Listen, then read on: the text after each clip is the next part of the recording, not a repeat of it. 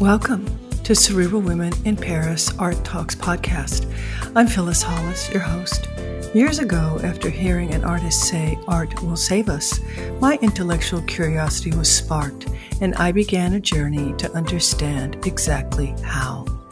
Through conversations with visual artists and the professionals who support them, I explore how art helps us see our history, our culture, our lives, and the experience of others in ways no other medium can. Capturing these voices is essential.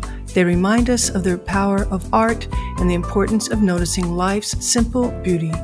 And now, here in Paris, a city that has long welcomed the daring, the dreamers, and the defiant, I continue these conversations where art breathes, questions, and reminds us that creation itself is an act of liberation.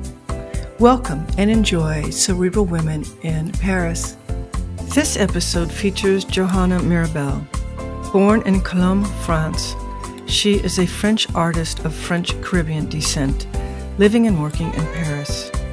She has developed a distinctive pictorial language at the intersection of figuration, abstraction, and memory. Drawing on her Guyanese heritage and on Édouard Glissant's concepts of creolisation and opacity, she creates paintings in which suspended figures, fragmented architectures, and intimate interiors evoke the instability and plurality of identity. Her work explores questions of memory, transmission, and cultural experience through a vivid palette marked by deep reds and ochres that recall both the laterite soils of French Guiana and the history of European paintings. Recent projects have expanded these concerns through new materials and forms. In Adieu, her 2024 exhibition with Galerie Nathalie Obadia in Paris, she explored the Guyanese carnival as a metaphor for transformation. In I Wish, her 2025 exhibition at Galerie Nathalie Obadia in Brussels, she drew on the tradition of ex-votos and devotional paintings, introducing works on aluminum and copper supports. Johanna is the recipient of impressive awards, and her work has been exhibited internationally and is held in public and private collections in Europe and the United States. Enjoy this episode featuring Johanna Mirabel, and please visit cerebralwomen.com for her expanded bio. Johanna, welcome to Cerebral Women Art Talks. I'm looking forward to our conversation. Thank you. When you do realize that you were a visual artist, a painter? Well, I think it was a process. It took me some time because becoming an artist was not my original intuition. I started with a medical or scientific background. I mean, after high school, I first pursued scientific studies and enrolled in medical school. So gradually, however, I moved towards the arts. And initially through applied arts, because it seemed like a more structured and less uncertain path than becoming an artist. And it was only during my preparatory year at École, which is some kind of design art, that I really discovered oil painting and became truly interested in it.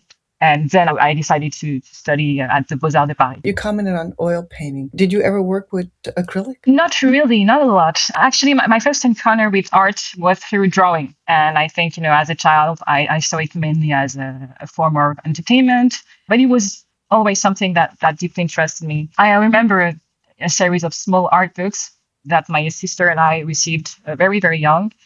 And it was, the kind of book featuring French artists such as Toulouse-Lautrec or Suzanne Valadon. And I remember that, because the reproductions were printed in black and white, I perceived these paintings as drawing, and then I would spend a lot of time copying them. So yeah, really my first artistic practice was really drawing. And what role does drawing play in your work today? Drawing plays, I guess, two different roles in my practice now. Because first, it really functions usually as a preparatory tool. And I usually work with two kinds of sketches. One that is purely linear and compositional, black and white.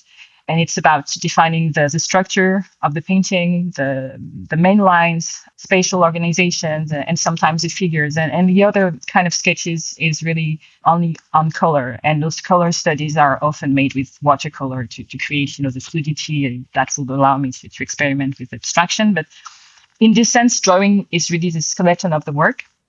And it has evolved because over time, it has also become a part of the finished painting. I like leaving traces of drawing visible and allowing, those lines to remain active with the final image. And it can be with different tools, by the way, because you can draw with charcoal, obviously, but also with brushes, paint sticks, oil sticks. And it really creates different tensions and rhythms that can really be sometimes unstable, nervous, or rough. And this is really that dialogue that interests me with the full image, the full picture, and the painting. How do you define your practice? I define my practice through both formal, kind of what I started to introduce, and conceptual concerns, because the two are actually very connected. Formally, as I've started to talk about it, I've always been interested in bringing together different visual languages within the same image.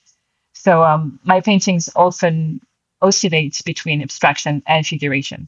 And I work with different media as well, oil paint, oil sinks, and even sometimes image transfer techniques. And the idea is really to build a layered and hybrid vocabulary. And I think this also appears in the construction of the paintings, because often they combine different perspectives, multiple points of view, and various degrees of resolution, detail.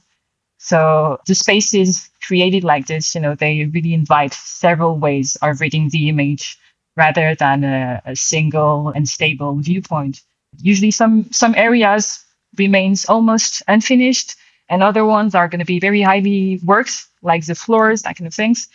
And I often leave spaces of reserve or moment of dissonance within the composition, because I really like the idea that a painting can contain different temporalities, different visual language, and even certain contradictions. So, and it really echoes the concept, basically. This is an approach that is closely linked to my interest in ideas such as creolisation, as it has been developed by Édouard Glissant.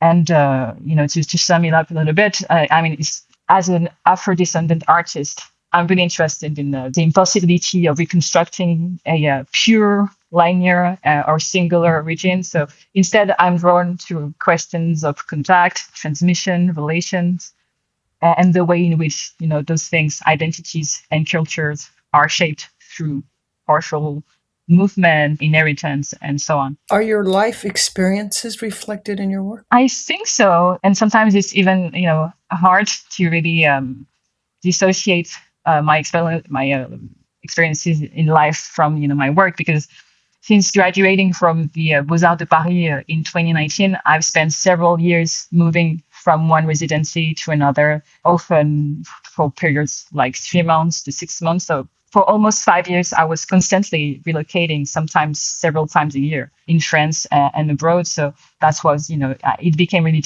impossible to separate my artistic practice from my lived experience. And at first, I was really interested in understanding how my ongoing concerns and research could resonate with each new environment. For example, during my residency in La Rochelle, I became really fascinated by the city's historical relationship, which is the transatlantic slave trade, but the subtle traces that history that remain visible within the urban fabric. And this kind of discoveries naturally connected with my broader interest in heritage, memory, and creolisation. So because residency life is very, temporary and unstable, I often found myself becoming attached to places through details like architectures, interiors, floors, windows, fragments of building basically came forms of anchorage.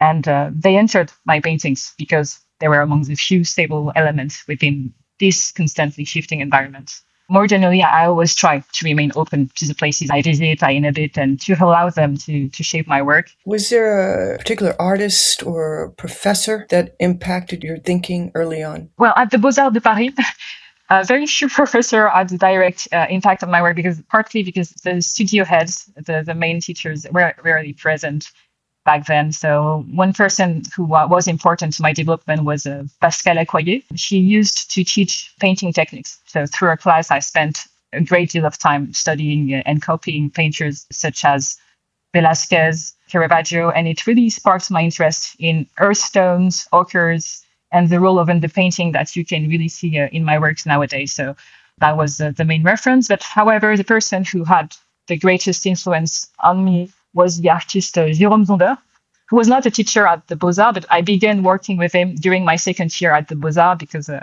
I interned on one of his exhibitions, and I continued collaborating with him on various projects throughout my studies. So working with him really demystified the figure of the artist, which was really unknown for me. It gave me a much clearer understanding of what an artistic practice and career actually involved. Also, it taught me the importance of coherence, between form and meaning. The idea that visual language is never neutral. Every formal decision carries some kind of emotional or conceptual meaning. So I really realized that back then that, artistic choices should not be driven solely by personal taste or technical comfort or virtuosity. Even if the image is realistic, beautiful, dark, or fragmented, all those qualities will produce different meanings and emotions. So understanding and consciously working with those effects has been a lasting influence on my practice. What is your process of choosing color? Well, I've mentioned the importance of the red ochre just right now. So my relationship is partly intuitive, but partly rooted in very specific references and associations. The red ochre, for example, is probably the most constant one because it has several meanings for me. On one hand, immediately evokes the hearthstones, the reddish, and the painting that are present in many Western painting, particularly in Renaissance, Baroque traditions. Like sometimes the sanguine drawing also, and the warm grounds used by so-called old masters. But at the same time, this red ochre personally reminds me of the laterite, the soil of French Guiana. Therefore, it's a color that is deeply connected to my own memories and experiences of that place. So I like the fact that the same color can simultaneously evoke different histories, different geographies. It really embodies a kind of in-between space that is very important to my work. But beyond that, my palette often evolves through encounters with other artworks or projects. I might see the use of the pink in a painting by Hélène Frankenthaler or others, and suddenly become interested in exploring that color myself. So the thing is, I always work, in series rather than individual paintings. So I prefer to explore a color or a combination of colors across several works, making variations and testing different harmonies. Can come from many different places: art history, personal memory, or a particular exhibition, even the simple desire to solve a problem that has emerged in the studio. When do you know a work is finished? Especially since you work on multiple pieces, right? Yes, that's quite difficult for me to know when a painting is finished. And this is one of the reasons why I always work on several paintings simultaneously, because it really allows me to step away from a piece and avoid the temptation to keep adding things simply to make it appear more complex. So because my work relies on different pictorial languages and varying degrees of resolution, I try, to make things that not everything is rendered in the same way. So since I really begin with a fixed image of what the painting should look like, and I have no problem with revisions or changes along the way, usually I know my work is finished when I begin repeating gestures that feel too comfortable, adding elements because they've worked in previous painting or because they make the image appear more conventionally finished. So that's the moment usually when I decide to stop. And when do you decide on the titles of a work? It can be very early on. It really depends on the kind of project and the series itself. Because sometimes the titles comes right at the beginning and sometimes it only appears at the end.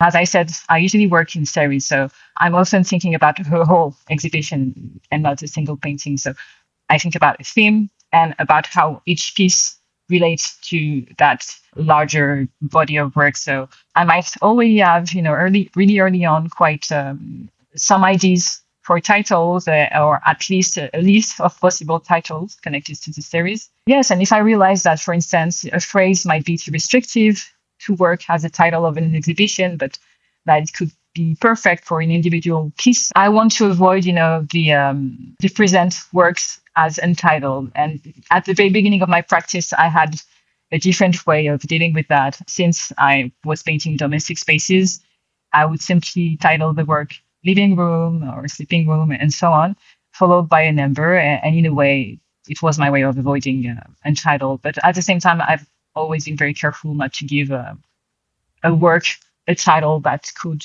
turn it into an illustration of itself.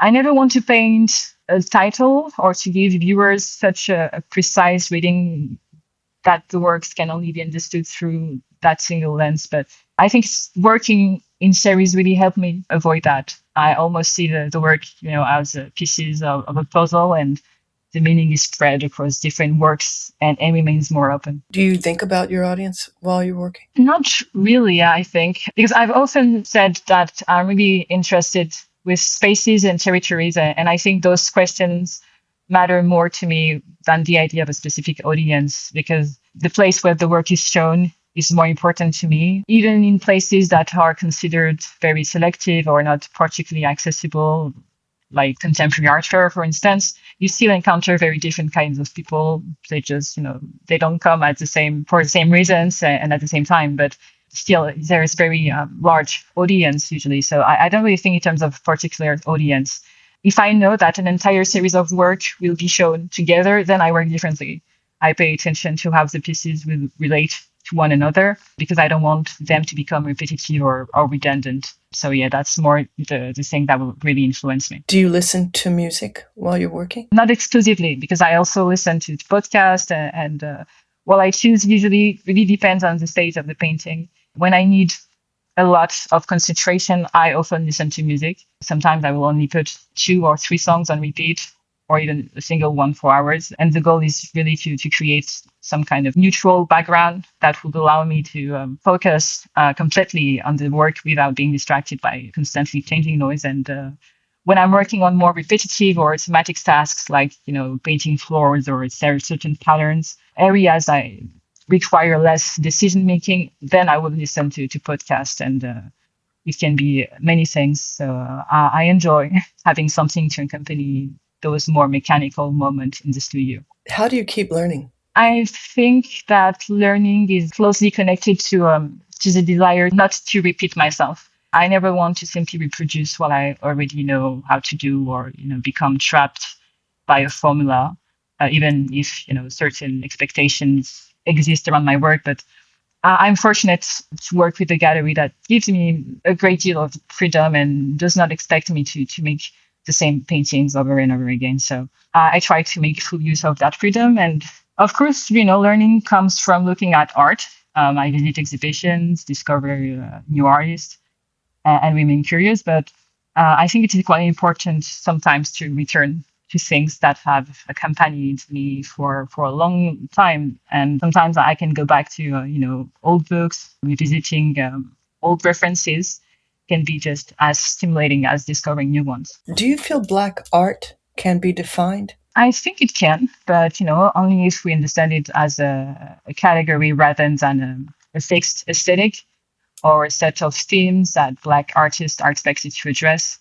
So I try to think of it that way, because its history has shaped the category itself institutionally, critically, and commercially. And I have the impression, that when people talk about Black art or Black artists, often they're referencing or they're talking about artists working in Western context. Well, not only, but particularly in the US and Europe, and whose work is read through question of race, racialization, and basically experiences shaped by being racial minorities within predominantly white societies. But of course, I think Black art cannot be reduced to one narrative or one visual language. There are many ways to work, but I don't think it's useful to pretend that these categories don't exist, because they influence the way work is exhibited, circulated, and even interpreted. I was thinking about it, the way that, you can distinguish this category from something like what was called contemporary African art, even though sometimes the two can overlap. But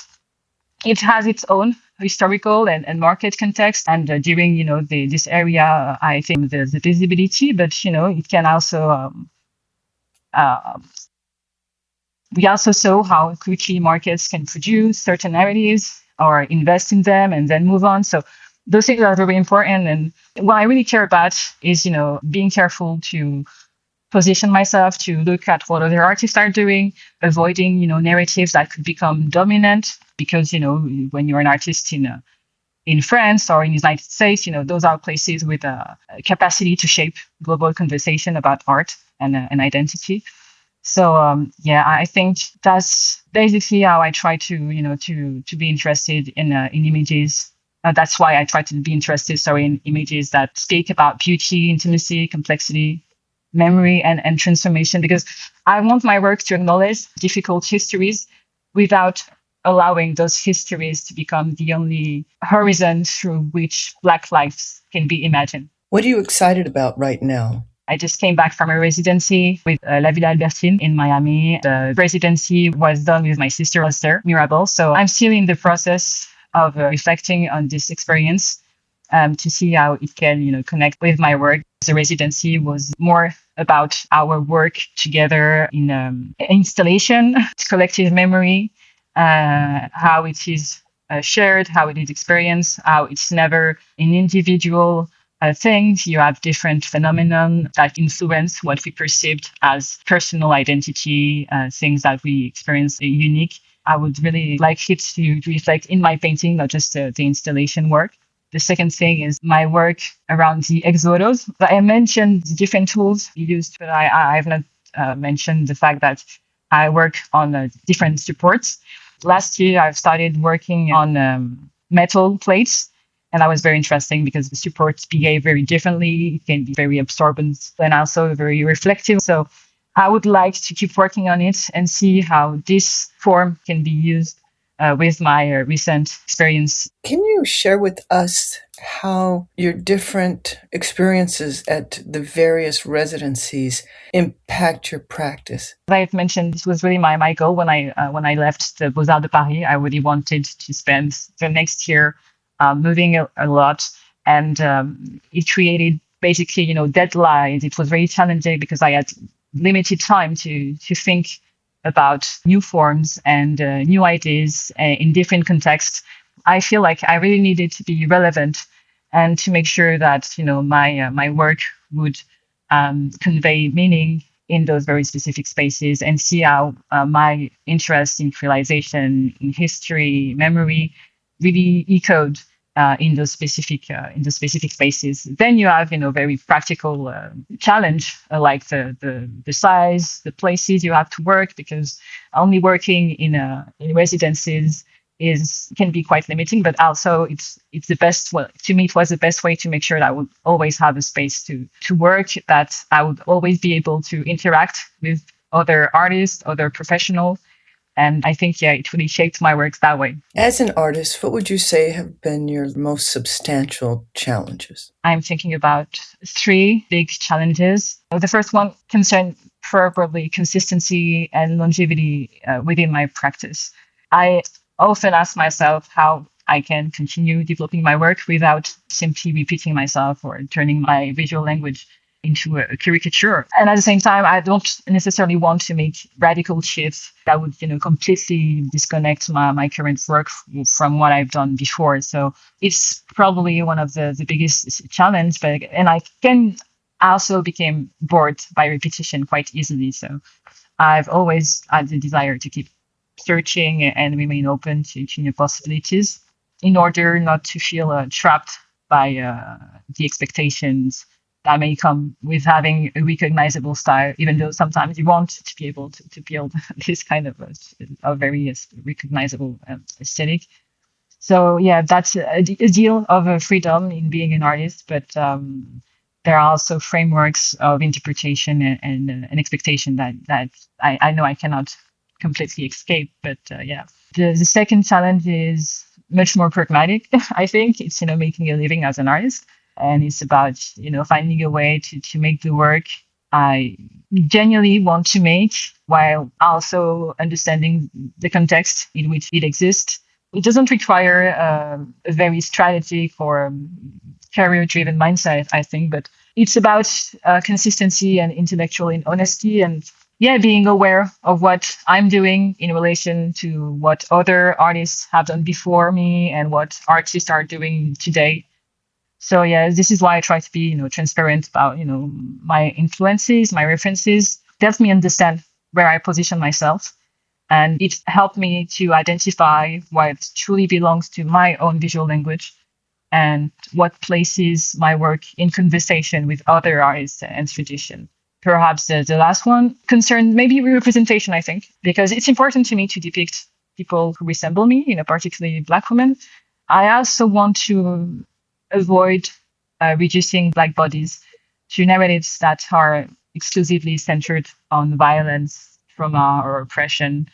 And, especially with the history, the context that I'm interested in. I think that this is not because those stories should be ignored. Obviously, I think they represent very real historical and contemporary experiences. But I also believe that it's important to create healthy spaces of protection. So that's really something that matters to me, creating, those things for people, and especially Black people who can encounter images of themselves that are not exclusively defined by suffering or domination. This is the last question. I've enjoyed this conversation very much. I love your perspective and the way you think about things. So the final question is, what do you feel is the purpose of art, and how do you want your work to impact the way people think? Yeah, so I think that, when you think about the purpose of art, especially as an artist, there are going to be a tension between, very abstract and idealistic ideas and the more concrete ones. So I guess to me, the first thing is I would say that art, first of all, is culture. It's in the noble sense of the word, not something truly intellectual or abstract. I mean, something concrete that can be shared, transmitted, something that people can encounter, look, and engage with. I think the second aspect is also, as a profession, you want it to have some kind of resistance to time. It's about materials, sports, durability, but also some kind of resistance in terms of meaning. So for me, works of art never feel purposeless. They should be some kind of shared cultural good, something that creates relationships between people. Not to say they should be timeless or universal, but I think it should have some kind of resistance to time. And yes, I think that in that way, I hope that my work can create this kind of engagement, even though, perhaps, I won't change someone's perspective overnight or the world, obviously, but I'd like, people to think about things they perceived as fixed, innate, or, natural, and to realize how deeply those things are shaped by histories, by relationships and territories. If my work can create, even, those small moments of visitation, a moment in which people begin to wonder why they see the world the way they do and how their perspectives have been shaped by relationships, histories, and territories, then I would already consider that meaningful. Thank you so much. I appreciate this conversation. Thank you very much, Phyllis. Thank you for listening to Cerebral Women Art Talks podcast. For additional content, please visit cerebralwomen.com and be sure to follow Cerebral Women on Instagram.